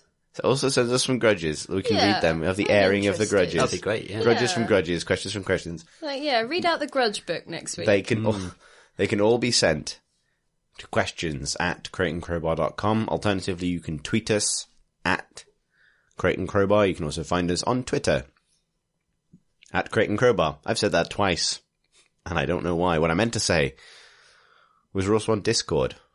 The link for our Discord channel is on the top bar of our website, crateandcrowbar.com. And you can also support us on Patreon if you wish, and find out more about that at patreon.com/Crate and Crowbar. If you'd like to follow us as individuals, my name is Chris Thurston and I am at C Thurston, which is CTHURSTEN. Pip is... I'm at Philippa War, which is at PHILIPPAWARR. I, Tom Senior, am at PCG Ludo, which is Ludo. Thanks for listening, everybody.